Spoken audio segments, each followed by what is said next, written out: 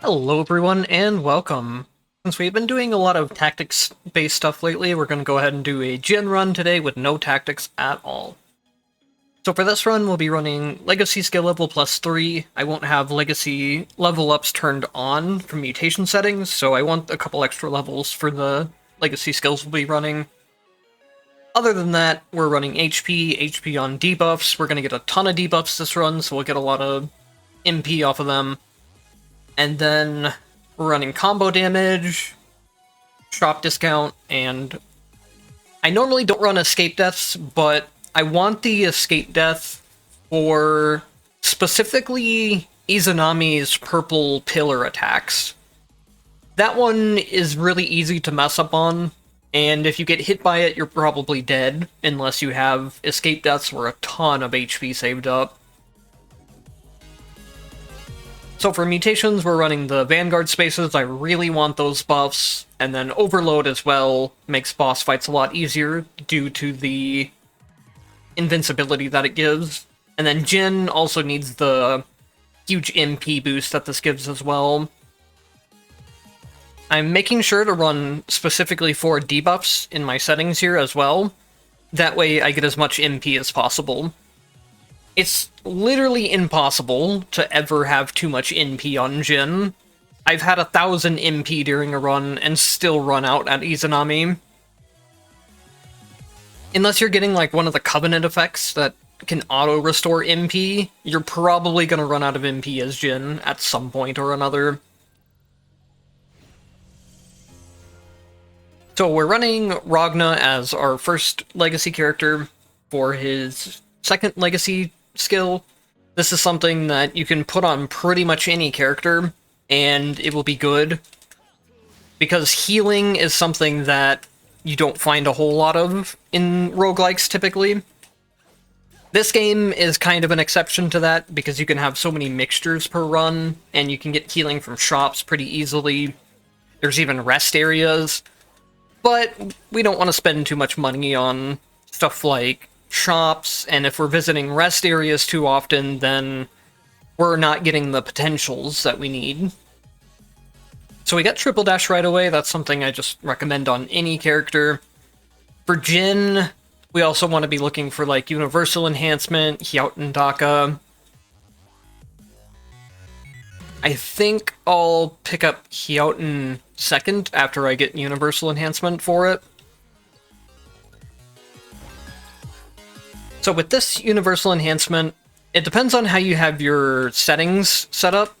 If you have a macro key set up for like attack plus skill, then you'll use that button to do this. Otherwise, you will activate it with the action key instead. Basically, you can do it with any move. It'll cost some MP to do a more powerful version of that move.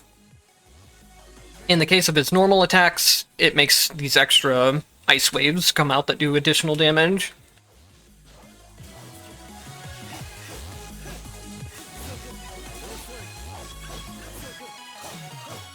And then Naoto's second Legacy skill is probably one of my favorite Legacy skills, just in terms of cool factors. The damage scaling on it is like most other Legacy skills, where the flat damage that it deals doesn't really scale into the end of the run, because Legacy skills don't benefit from the potential modifiers that you pick up.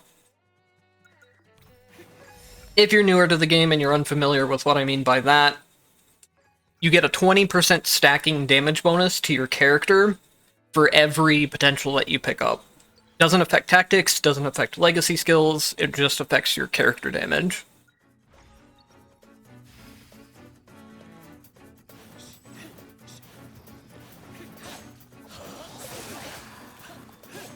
Now we picked up the potential where if I fully charge Hyauten Daka and press the skill button, you see we get that giant version of the slash for a small MP cost.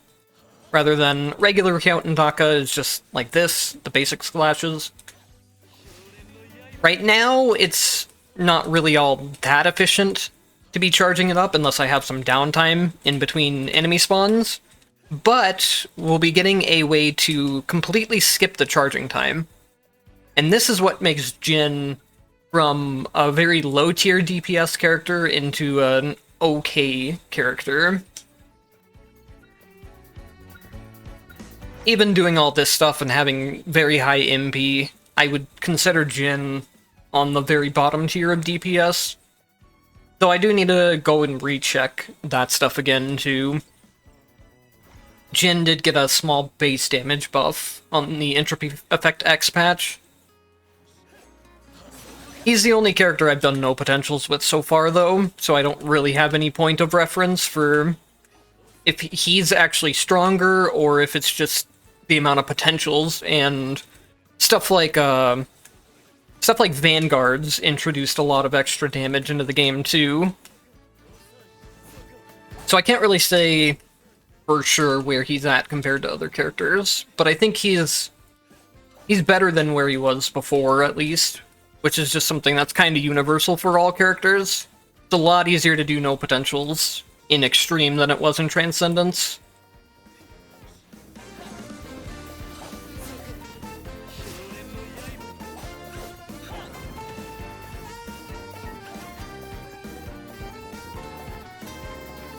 We could go ahead and pick up Fubiki and Sakajin, but I think having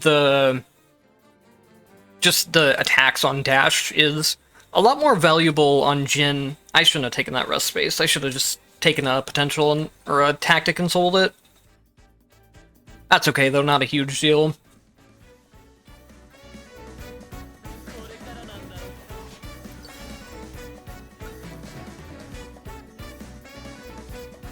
Here I am going to prioritize event spaces a lot of times now, unless there's like maybe a potential.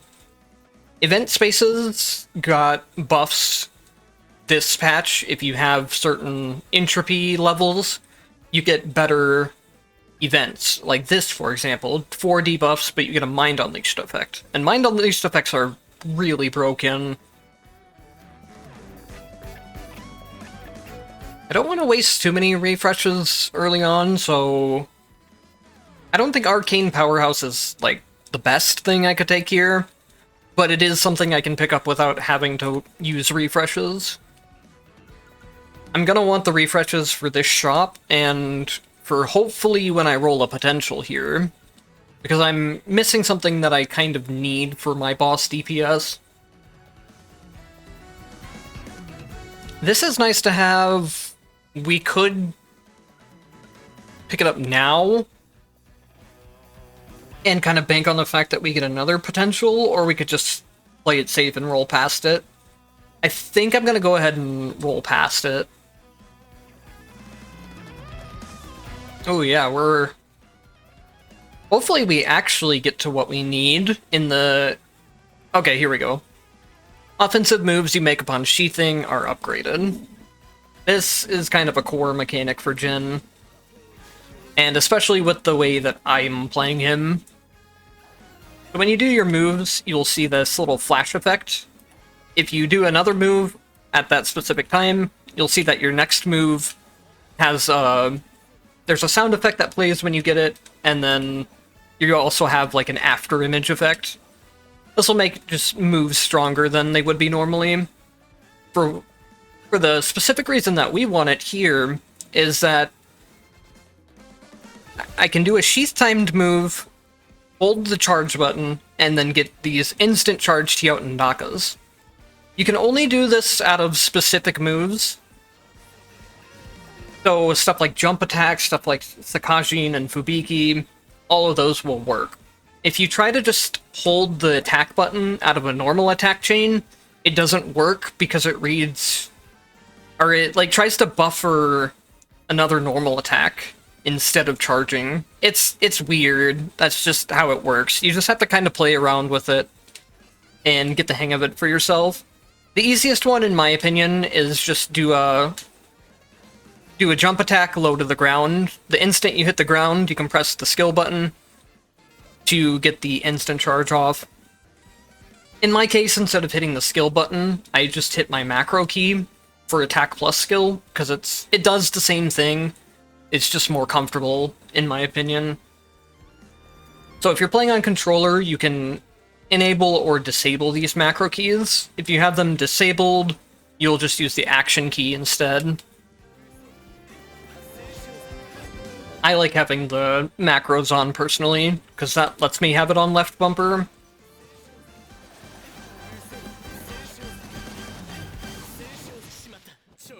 Well, we fucked up the perfect clear already. Getting the perfect clear would have been nice here, because the way that we're gonna get the debuffs removed is by eventually perfect clearing a boss. That will remove all debuffs at once, and remember that we took a Mind Crystal that gives us extra MP per debuff removed. We'll get a pretty big payout whenever that happens. Oops. I'm never gonna get used to him just jumping twice in a row. I feel like that maybe didn't happen before, but it could also just be because I'm damaging him so much that he's reaching the threshold to do it twice.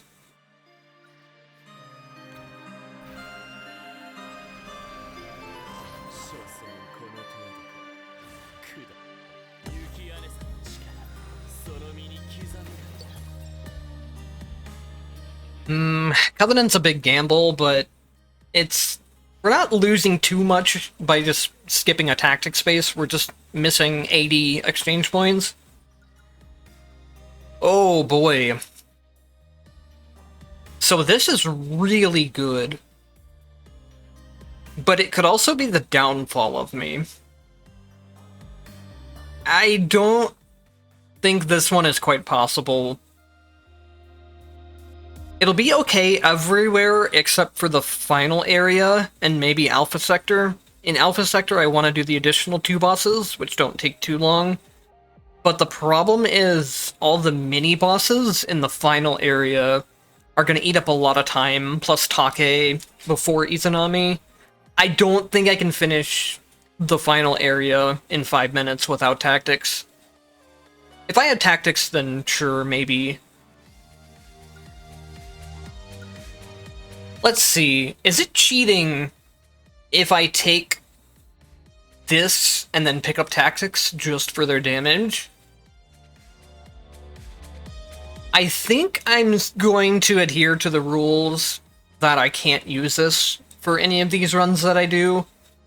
That way it's more of a quote-unquote legitimate no tactics run.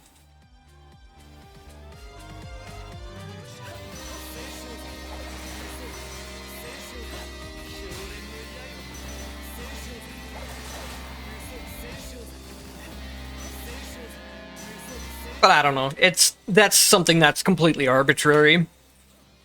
There's a lot of those arbitrary type things you could say. If you really want to make a challenge run, I think you need to eliminate a lot more than just tactics. I think you need to eliminate stuff like not taking vanguards, because vanguards are very powerful. But then you just go... that's a deep rabbit hole that you can start going into. There's a lot of shit in this game that kind of just invalidate difficulty.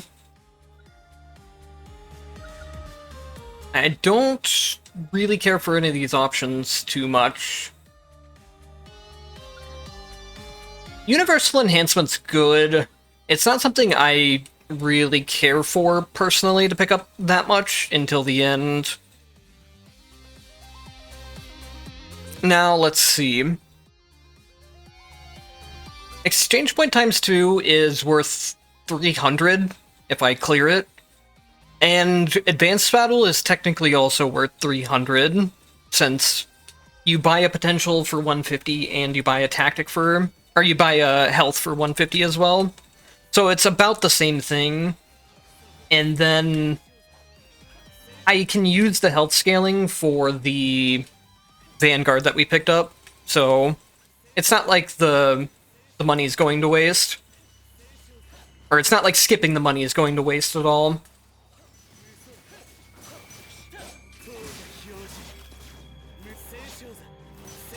You could take money there if you wanted to guarantee that you maybe get an extra potential instead. But the thing that I've noticed is that I'll have a lot more money than I will rerolls most of the time in no tactic runs.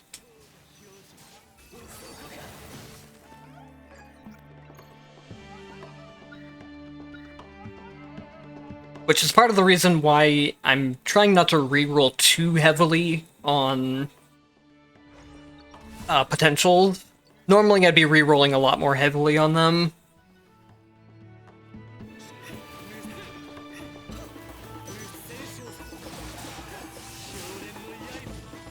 We basically already have our core set up for Jin too, so I do want to have counters maxed out by the end of the run, but it's not like a make or break thing for getting the counters right away.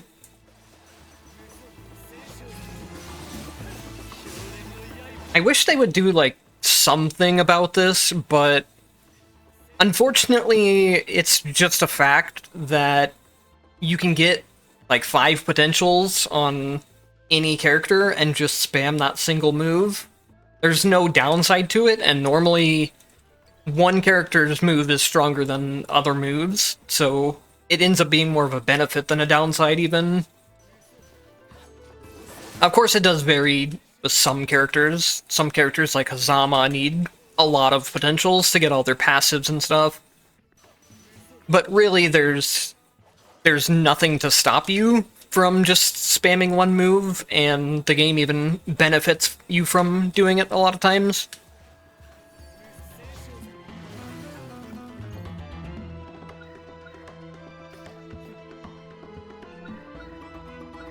These are all really just not options I want. I will want to pick up SP skill before Izanami to use it for iframes, but Jin's SP skill I don't find that useful. Triple jump is fine, I guess. Just to be able to exit hit stun if I get hit in midair. Some moves, it seems like, just bypass this anyways. Like, I've noticed with some of Izanami's meteors, sometimes I'll be trying to jump out of them, and I'll just get juggled anyways.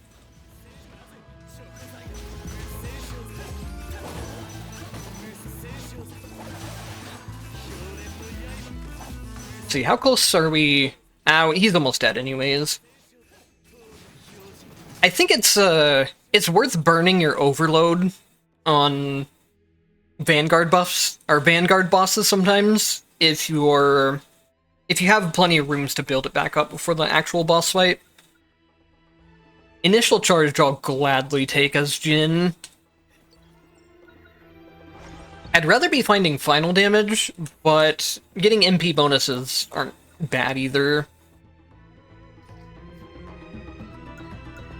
So I need to make sure and be careful not to take too many negative max HP spaces. Normally I would take this, but since I have the buff that turns HP into skill damage, I don't want to be reducing it too often.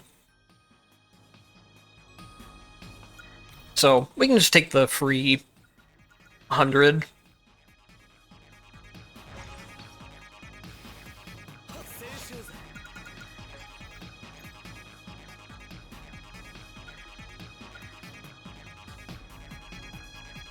Fubuki and Sakajin are pretty nice just as general moves, and then they'll have a lot of utility later to... What I need to think about right now is basically, if I pick up Fubuki and Sakajin, it's gonna unlock the next potentials for them. Same if I pick up Hyoku, it will unlock the next 3 potentials for the pool. So basically, the next move that I pick is the one that I want to focus on maxing next. I don't want to just unlock a lot of moves at once. Even though I am going to get a lot more potentials this run than I would in tactics runs, I still need to think about, like, picking up potentials efficiently. Unfortunately, I know a lot of people like the bow skill, but it's just not as much damage for MP cost as doing the Hyoten Danka charging skip. And then I'll pick up the charging effect here, just to make sure I have it. So with the charging effect on Hyotendanka, you can sit here and hold the charge, and you can see that I have... maybe let me go into the next screen. It's a little harder to see them here because of the yellow background, but you can see that I have these shields the entire time. If I get hit at all, it will block the move. So this is a very, very strong defensive tool, and it doesn't cost MP like the actual blocking skill does.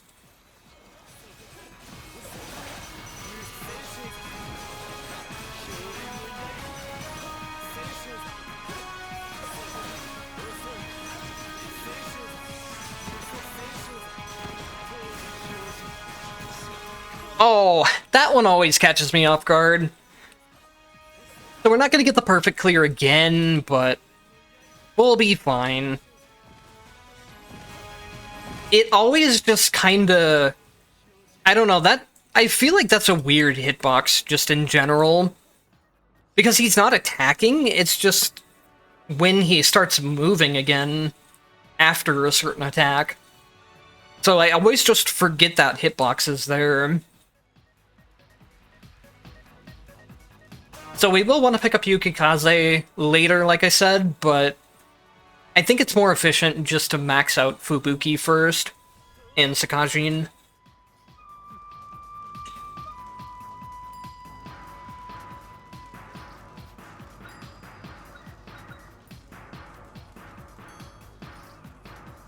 I don't really like any of these options. I would rather see, like, Evasive Strike be like a 50% damage bonus but lasts for 3 seconds. Because it's just so hard to know when to actually trigger this. I think it could be good on specific characters, though. Like, maybe a character like Lambda or Kokonoe, where they have moves that are constantly down and hitting, like Lambda's portals and Kokonoe's lasers. Then you could get the perfect dodge and just have it automatically trigger the extra damage. Oh, we can actually make use of riposte, or riposte. That's not something you can make use of on a lot of characters, so might as well take it here. Again, we're being really careful with our potential refresh counts, since I didn't take the Mind Crystal for extra refreshes, and then we're needing to refresh shops more than normal.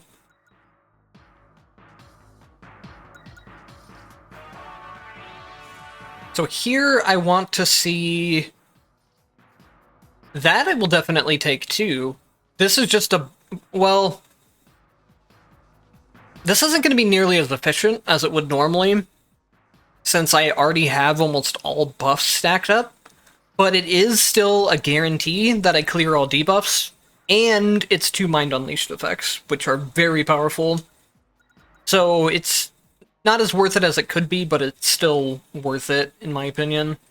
Especially considering that to reroll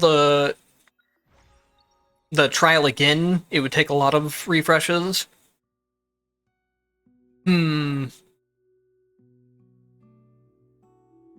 This is a bit of a gamble, but I think it's one that's worth it.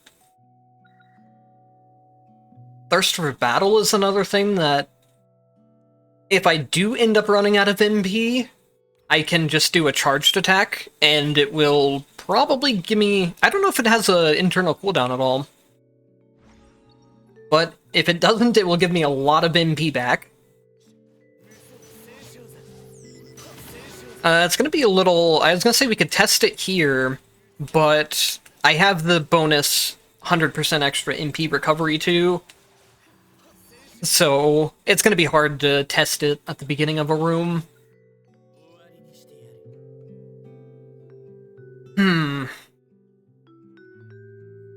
I think I'll just go ahead and take whatever potentials I get right now. I want to make sure I save the extra refreshes for shops. I think that's just the better option right now. If I was struggling to like find a specific move that I really needed to put the build together, I would refresh more. But like I said before, you're never really too punished in this game for only having a single move unlocked.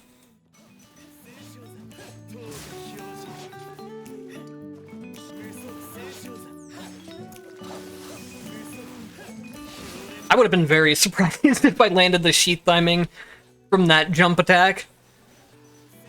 The sheath timing doesn't work if you're too high in the air. What you would need to do in that case is do your second swing right before you hit the ground.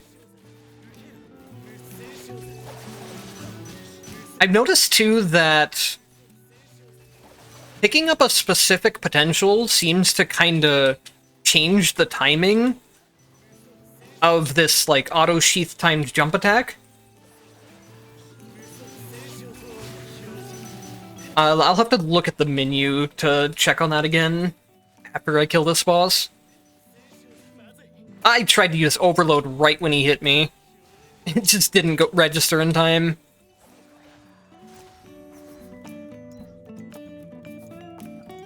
So I think if I remember correctly,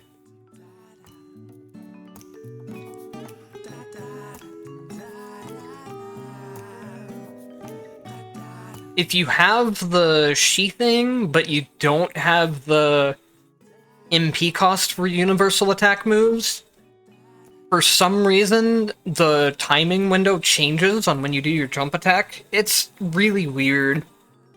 Just, if you notice that you can't do the timings on jump attacks, just try and fill out the universals. That's what I've noticed, at least.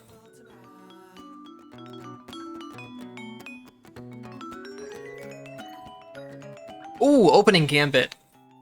Opening Gambit is probably one of the best Vanguards, or Mind Unleashed, you can call them either one. I find it easier to just call them Vanguard buffs. Even though technically they're called Mind Unleashed buffs in the events, you get them from Vanguard spaces. But anyways, they're the same thing.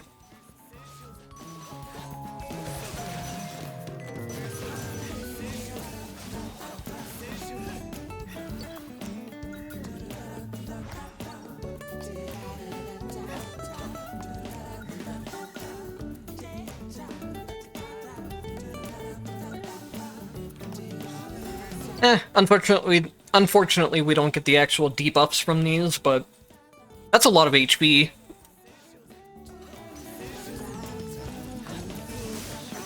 I wonder... I'll try and check after this room to see how high my... my HP conversion into skill damage is. By the way, the charged Yauten Danka is considered a skill damage, so that's why we go for skill damage over attack damage, or at least I do on Jin. 109%, that's not bad at all. I think the damage bonuses you get from this is also worse than... I think there's a black market equivalent that's just a stronger version of it. It's the same for, like, there's one called Power of Money, where your money gets converted into damage. There's one from Vanguard, and then one from Black Market, and the Black Market one is a little bit stronger.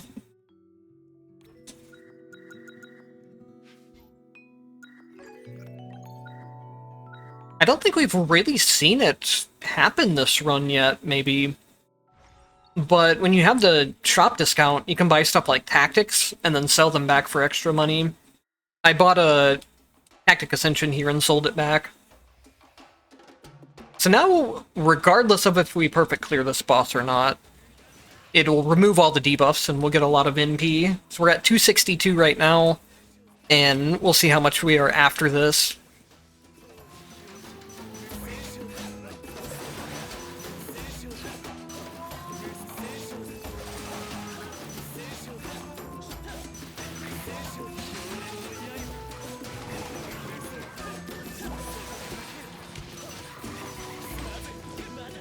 Well, I guess we're not getting the perfect clear now.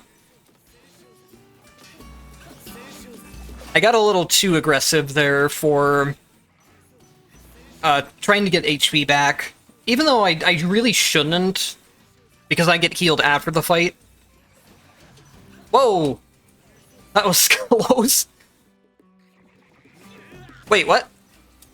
I wonder if I got snapback on my controller there. I saw Jin turn around, like, right when I hit the skill button. I was gonna try to be a little flashy and try to block those hits, but my controller said no.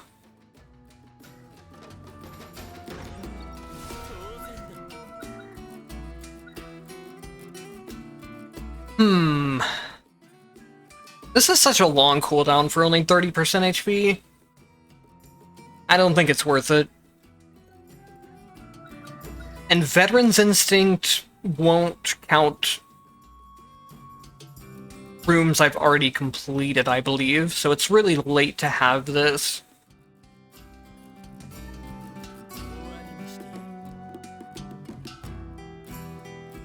I don't think I need contingency plan since I have the escape death. I was running this last time though, and it was... You know what, let's go ahead and get it. It's a good safety tool. I don't understand why sometimes you get 2 Mind Unleashed in a row.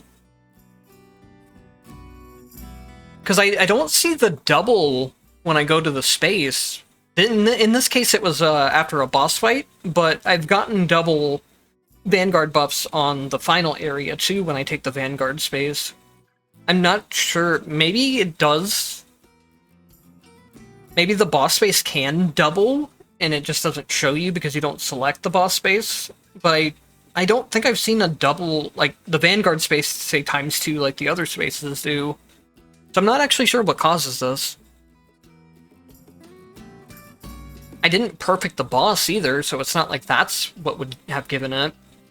Anyways, I think we'll pick up the extra MP recovery. So a couple things that I haven't talked about yet. One of the reasons we're taking Naoto as a second legacy is it adds a lot of damage for early game when you don't really have your potentials yet. It also, all of these hits count as healing for Blood Cane.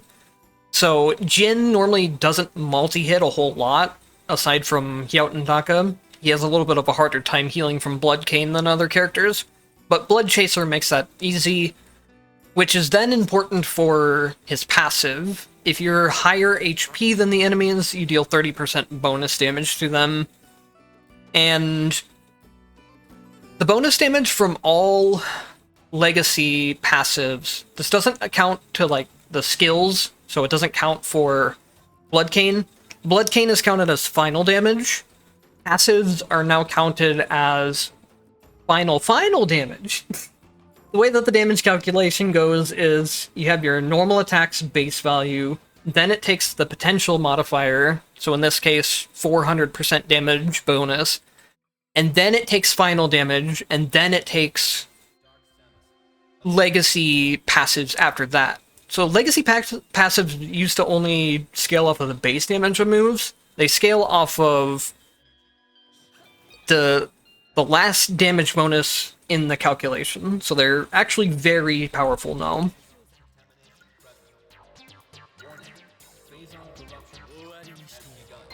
Hopefully we get what we need.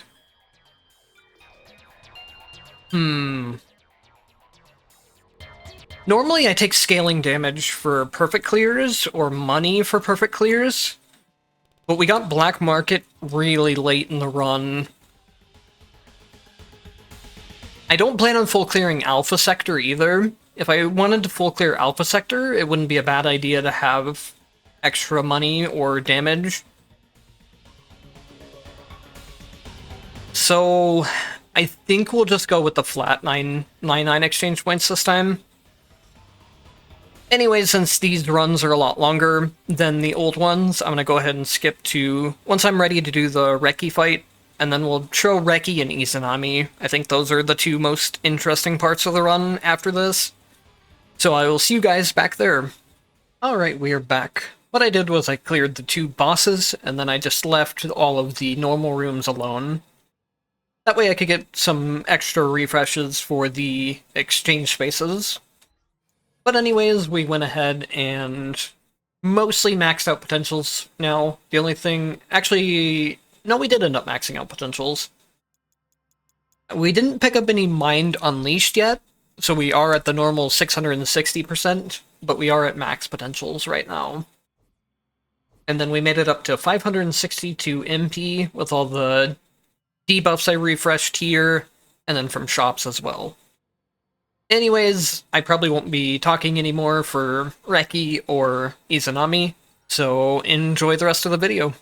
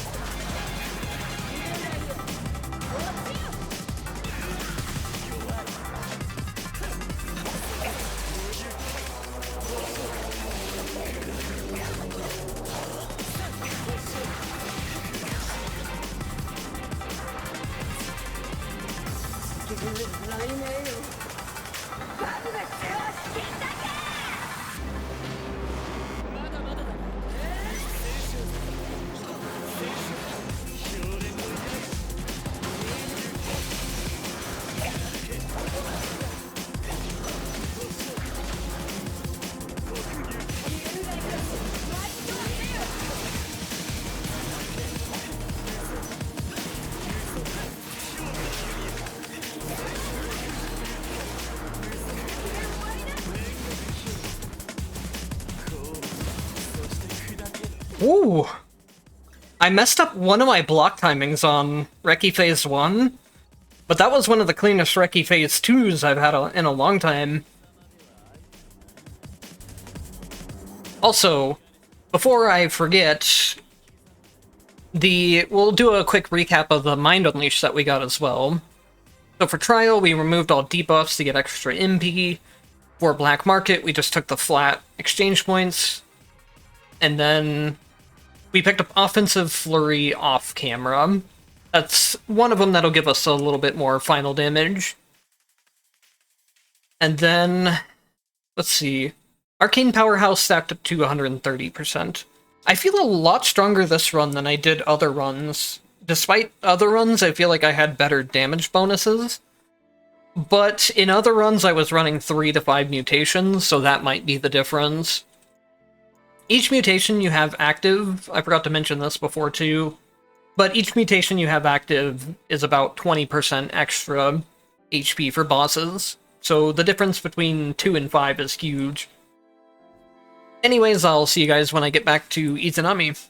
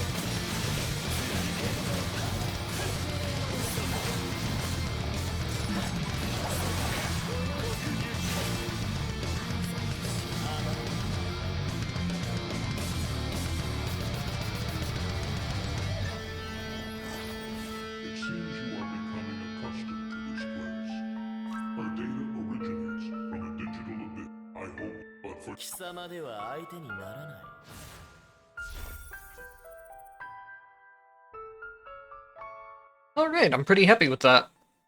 Did my timer just go from 28 to 23 minutes, or am I seeing things? I'll have to check that on the replay. I might have just looked at it wrong. I think what was happening is I was trying to read the rating and the timer at the same time, and the rating is 2.8 and the timer's 2.3. But anyways, when I was trying to do it on 5 mutations, it was around 30 minutes per run, and that's in-game timer. In-game timer only counts up when you're actually in combat, not when you're in event spaces, so it's not the same as real time. But anyways, it seems like there's a pretty significant damage, or a pretty significant HP increase in 5 compared to 2. So I think probably what I'll do if I do more no-tactic stuff is do them all on 2. Anyways, thank you guys for watching. I hope you liked the change of pace from tactics. We'll probably throw one of these in every so often, but there's definitely more tactic builds I want to show off. Thank you guys for watching, and I'll see you in the next one.